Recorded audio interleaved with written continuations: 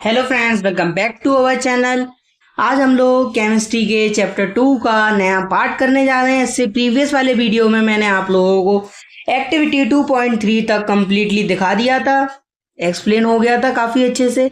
अगर आप लोगों ने नहीं देखा है तो आप लोग प्लीज़ जाकर उस वाली वीडियो को देख लीजिए, फिर उसके बाद ये वाला वीडियो कंटिन्यूसली वॉच करिएगा। Is the amount of salt and sugar or barium chloride that can be dissolved in water at a given temperature the same? आपसे ये कहा जा रहा है कि आपके नमक की मात्रा और चीनी की मात्रा और बेरियम क्लोराइड की मात्रा अगर पानी में घुल जाए एक टेम्परेचर पे, एक दिए गए टेम्परेचर पे एक साथ, तो क्या होगा? At any particular temperature, a solution that has dissolved as much solute as it capable of dissolving. यानी अगर बात करी जाए किसी भी पर्टिकुलर टेम्परेचर के बारे में, तो एक सॉल्यूशन होता है जो डिसॉल्व होता है हमारे सॉल्यूट में, उसके पास भी एक क्षमता होती है डिसॉल्व होने की, यानी उससे ज़्यादा क्षमता पे वो ज़्यादा डिसॉल्व नहीं हो पाएगा। एक हद तक कोई भी चीज़ डिसॉल्व हो सकती है। Is said to be saturated solution. इसे हम लोग क्या बोलते हैं? Saturated solution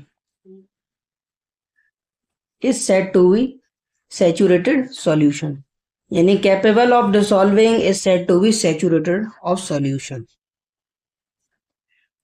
in other words, when we no more solute can be dissolve in a solution at a given temperature, it is called saturated solution. अगर हम दूसरे शब्दों में बात करें, जब हमारे पास सॉल्यूट की मात्रा ज़्यादा नहीं होती है हमारे सॉल्यूशन को डिसॉल्व करने के लिए, तो हम लोग उसे क्या बोल देते हैं? Saturated solution. यानी सॉल्यूट वो होता है जिसमें हम मिलाते हैं, सॉल्यूशन वो होता है जिसे हम मिलाते हैं। यानी सॉल्यूट होगा आपके पास आपका वाटर, और सॉल्यूशन होगा, सॉरी सॉल्वेंट होगा आपके पास लिक्विड, शुगर, सॉल्ट, कुछ भी हो सकता है, many more. The amount of solute present in the saturated solution is at this temperature is called solubility। यानी जो हमारे पास मात्रा होती है सॉल्यूट की प्रेजेंट की हमारे एक सैचुरेटेड सॉल्यूशन में, इसी टेम्परेचर को हम लोग क्या बोलते हैं? सॉल्यूबिलिटी। यानी इसी को हम क्या बोल रहे हैं यहाँ पर? सॉल्यूबिलिटी। आगे चलते हैं। If the amount of solute contained in a solution is less than a saturation level, it is called an unsaturated solution। यानी अगर आपके पास अमाउंट सॉल्यूट का कंटेन हो, सॉल्यूशन कम हो आपके पास और सॉल्यूट कंटेन हो आपके पास, यानी सॉल्यूट हो और सॉल्यूशन की मात्रा जो कम हो सैचुरेशन लेवल पे, यानी जिसे हम घुला चुके हैं, तो वो क्या कहलाता है? Unsaturated solution.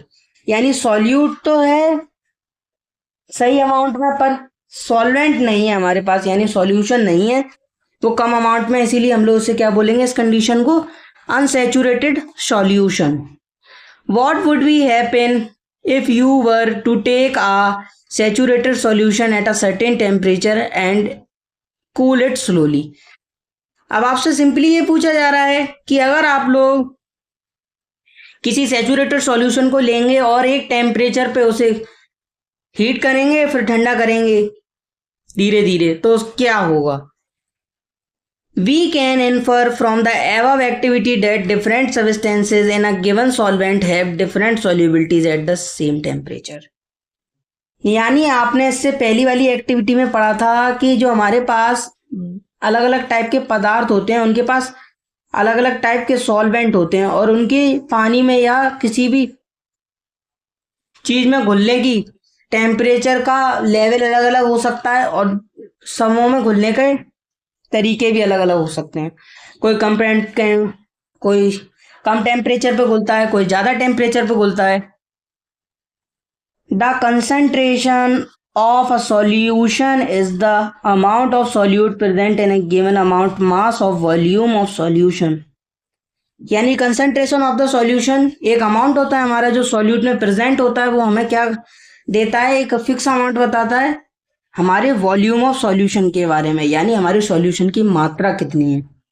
और the amount of solute dissolved in a given mass और वॉल्यूम ऑफ सॉल्वेंट, यानी सॉल्यूट के बारे में बताता है, जो भी हमारा सॉल्यूट होता है उसकी मात्रा के बारे में बताता है जो भी सॉल्वेंट में घुलती है।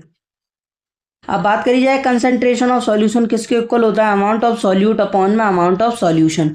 ये इसका फॉर्मूला है, अमाउंट ऑफ सॉल्यूट अपॉन में अमाउंट ऑफ सॉल्यूशन, यानी यहाँ पे साफ साफ लिखा हुआ अमाउंट ऑफ सॉल्यूट अपॉन में अमाउंट ऑफ सॉल्वेंट। ये काफी ज्यादा इंपॉर्टेंट है, आप लोग इसे जरूर लर्न रखिएगा, ये न्यूमेरिकल्स में पूछा जाता है, इंपॉर्टेंट फॉर न्यूमेरिकल। अगर बात करी है तो आपके पास कई सारे अलग अलग टाइप के तरीके हैं यहाँ पर। There are various ways of expressing the concentration of a solution but there we will learn only two method, यानी आपके पास कई सारे अलग अलग तरीके हो सकते हैं किसी भी कंसंट्रेशन को एक्सप्रेस करने के लिए, पर आपके पास आपके सिलेबस में कौन से दो मेथड दिए गए हैं। First one is mass by percentage of a solution. इसमें सिंपली आपका कुछ भी फॉर्मूला नहीं है, सिंपल है mass of solute upon mass of solution. जैसे इससे पहले में क्या था, amount of solute upon amount of solvent. इसी तरीके से इसमें हम लोग इनटू 100 कर देंगे क्योंकि हम लोग परसेंटेज पूछ रहे हैं। ये वैल्यूज आपको क्वेश्चन में गिवन होगी। जो पहली वाली वैल्यू होगी वो होगी सॉल्यूट की और जो दूसरी वाली वैल्यू होगी वो सॉल्यूशन की होगी, आगे पीछे भी देख सकते हैं। अब बात करी जाए दूसरा फॉर्मूला है, यानी दूसरा मेथड है आपके पास mass by volume percentage of a solution. इसका सिंपली फॉर्मूला है आप लोगों के पास mass of solute upon mass of solute upon volume of solution into 100।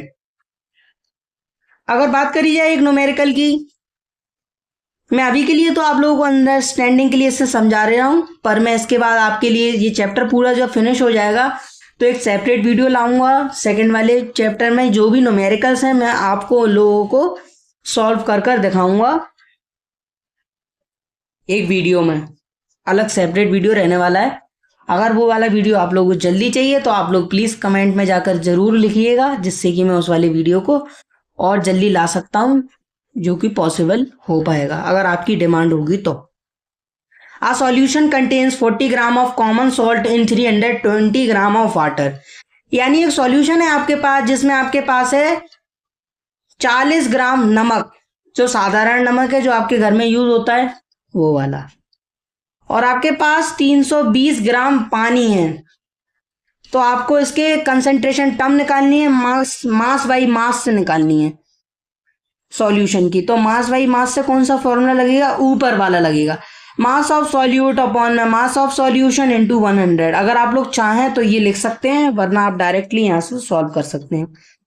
अब फर्स्टली हम लोग इसमें क्या करेंगे, अगर मास ऑफ सॉल्यूशन पता करना है, यानी टोटल मास ऑफ सॉल्यूशन अगर हमें पता करना होता है किसी भी चीज का, तो हम लोग यहाँ पे ऐड ऑन करते हैं। तो सिंपली कुछ भी नहीं करना है, mass of solute and mass of solution, sorry mass of solvent, mass of solution भी बोल सकते हैं, मास ऑफ सॉल्वेंट भी बोल सकते हैं। अगर आप लोगों ने मास ऑफ सॉल्यूट अपॉन में मास ऑफ सॉल्वेंट लिखा है तो भी करेक्ट माना जाएगा, और मास ऑफ सॉल्यूट अपॉन में मास ऑफ सॉल्यूशन लिखा है और उसे ऐड कर दिया तो भी आपका करेक्ट माना जाएगा, कोई भी नंबर नहीं कटने वाले हैं यहाँ पर। तो इसमें आपको 40 ग्राम प्लस 320 ग्राम कर देना है, फिर आपका 360 ग्राम निकल आएगा। Mass percentage of solution, mass of solute upon में मास ऑफ सॉल्यूशन इनटू 100, यानी सिंपली आप लोगों को कुछ भी नहीं करना है, यहाँ पर आ गया, इसको कैंसिल कर देंगे और फिर जो भी वैल्यू आएगी यहाँ पे इसका 100 से मल्टीप्लाई कर कर परसेंटेज आ जाएंगी। व्हाट इज सस्पेंशन, सस्पेंशन क्या होता है उसके बारे में पढ़ लेते हैं। Non homogeneous system like those obtained by group C in activity 2.2, यानी ऐसे सब्सटेंस जो हेट्रोजीनस हो, नॉन होमोजीनियस यानी जो घुलनशील नहीं है, ऐसे सिस्टम जैसे कि जो हमने ग्रुप सी में पढ़ा था एक्टिविटी 2.2 में। In water solids are dispersed in liquid are called suspension, यानी हमारे जब पानी में हम लोग कोई भी सॉलिड्स को घोलते हैं और उसके कुछ कण रह जाते हैं, यानी उसके पार्टिकल्स कुछ सतह पे रह जाते हैं, उन्हीं को हम लोग क्या बोलते हैं, suspension. A suspension is a heterogeneous, मैंने आप लोगों से शुरू में ही बोल दिया था ये नॉन होमोजीनस है, तो उसका मतलब क्या हुआ, हेट्रोजीनस। ये भी इंपॉर्टेंट बात थी, in which solids are dispersed in liquid are called suspension. A suspension is a heterogeneous mixture in which the solute particle do not dissolve but remain suspended throughout the bulk of the medium.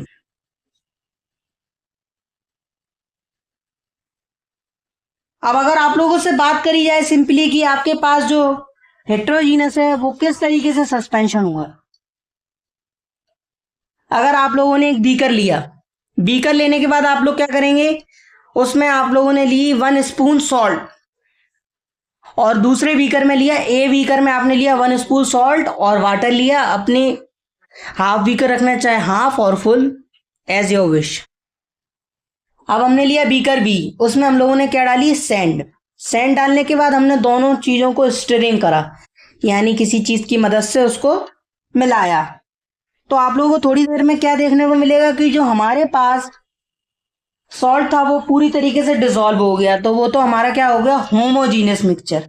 पर जो sand थी वो settle down हो गई surface पे हमारे beaker की bottom of the side, इसीलिए हम लोगों ने उसे क्या बोला, सस्पेंशन हेट्रोजीनस। इसी तरीके से जो भी चीज हमारी पूरी तरीके से नहीं घुलती है, सतह पर जाकर बैठ जाती है लिक्विड में, तो उसी को हम लोग क्या बोलते हैं, हेट्रोजीनस।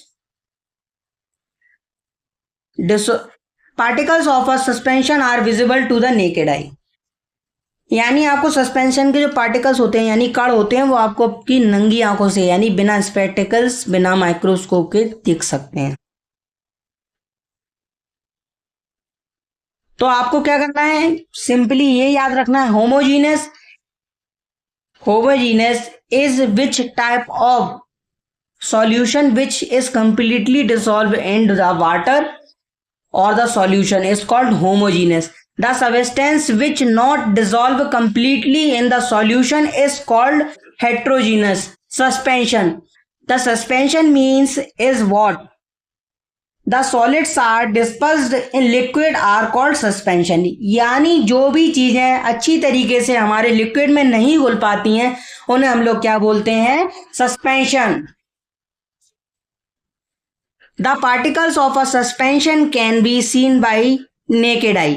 यानी आपको मैंने अभी बताया था कि जो पार्टिकल्स होते हैं सस्पेंशन के उन्हें हम लोग अपनी नंगी आंखों से देख सकते हैं। The particles of a suspension scattered a beam of light passing through it and make it part visible. यानी जो पार्टिकल्स होते हैं हमारे पास सस्पेंशन के, उसमें अगर हम लोग किसी लाइट को डालते हैं हमारे बीकर में या कोई भी ग्लास वगैरह हो उसमें आपने करा हो ये एक्सपेरिमेंट, तो आपकी लाइट आराम से विजिबली हो जाती है, उससे देखने में आपको आसानी होती है, लाइट क्रॉस हो जाती है। The solute particle settle down when a suspension is left undisturbed. इसमें ये बताया जा रहा है आपके सॉल्यूट के पार्टिकल नीचे बैठ जाते हैं जब आपका सस्पेंशन अनडिस्टर्ब हो जाता है, यानी पूरी तरीके से नहीं हो पाता है। That is a suspension is unstable. इस कंडीशन में हम लोग सस्पेंशन को क्या बोलते हैं, unstable. They can be separated from the mixture process और फिल्ट्रेशन। हम इन्हें अलग कर सकते हैं एक प्रोसेस से, उस प्रोसेस को हम लोग क्या नाम देते हैं, filtration. When the particles settle down, the suspension breaks and it does not scatter light anymore. यानी जो हमारे पार्टिकल्स होते हैं वो सेटल डाउन हो जाते हैं उस सबस्टेंस में नीचे जाके, तो हमारा सस्पेंशन होता है वो टूट जाता है और वहां पर हमारी लाइट का पाथ वो विजिबल नहीं हो पाता है, जिसकी वजह से हमारा ये एक्टिविटी जो है वो खराब हो जाती है।